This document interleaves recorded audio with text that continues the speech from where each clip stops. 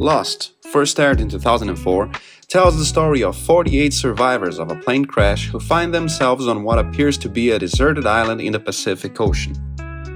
To survive, they must organize themselves, dividing tasks, responsibilities, and resources, while also navigating differences in beliefs, personalities, and personal goals. Although the first season contains intriguing mysteries, one of its most fascinating aspects is its depiction of the birth of a civilization, especially when examined through the Hindu perspective.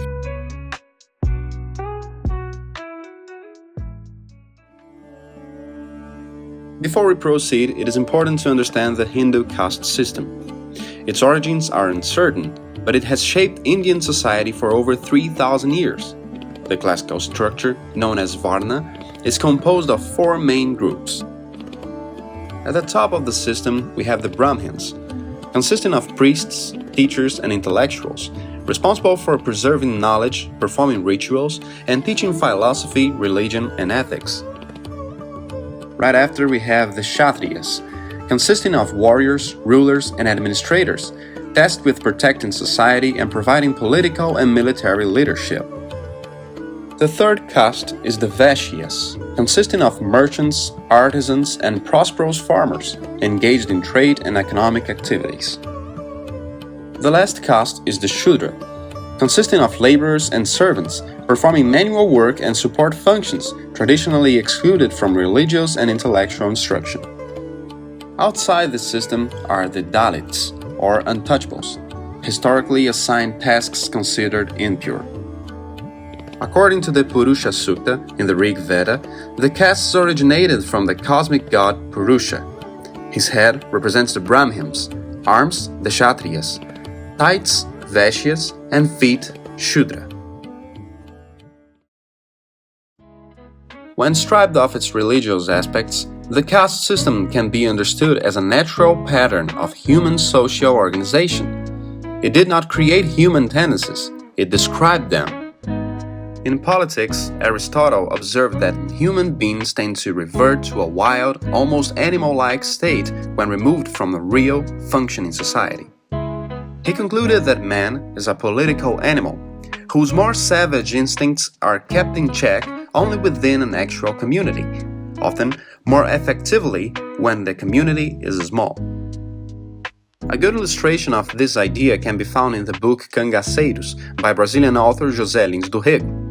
Set in Brazilian sertão, it portrays a society of rudimentary, decentralized power driven by survival.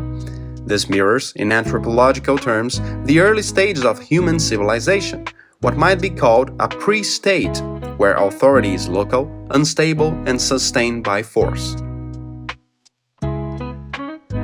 The survivors in Lost operate much like a small city-state, with individuals gravitating toward roles that reflect their skills and inclinations. When mapped onto the Hindu caste system, these roles emerge almost naturally. John Locke works as the spiritual guide, just like the Brahmins.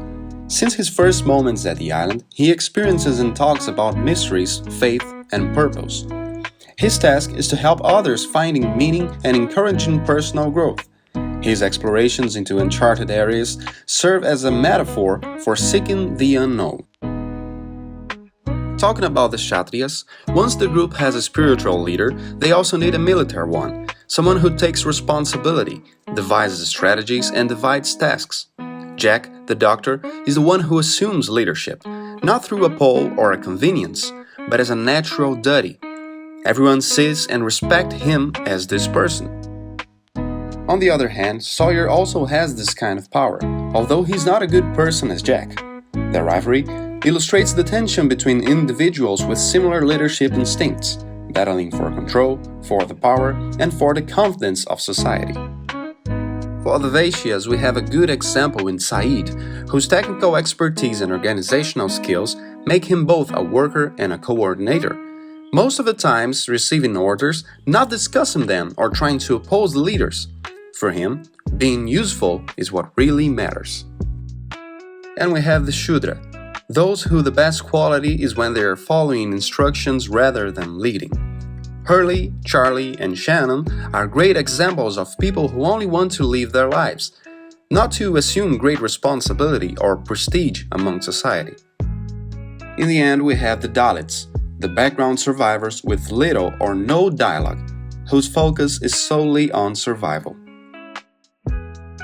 Heading back to the Aristotle thesis about man being a social animal, we have a striking example in Danielle Rousseau, a woman who has lived alone on the island for 16 years. Isolation has eroded her sanity, reducing her to a more primal, defensive state. In this sense, she is completely apart from the whole caste system.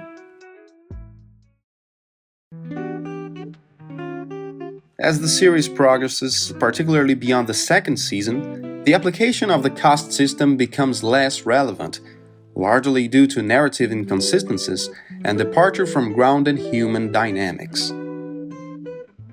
However, the first season of Lost offers a clear framework for analyzing human behavior through the Hindu caste system. The dynamics feels natural and grounded in humanity's inherent inclination to build an organized and functional society.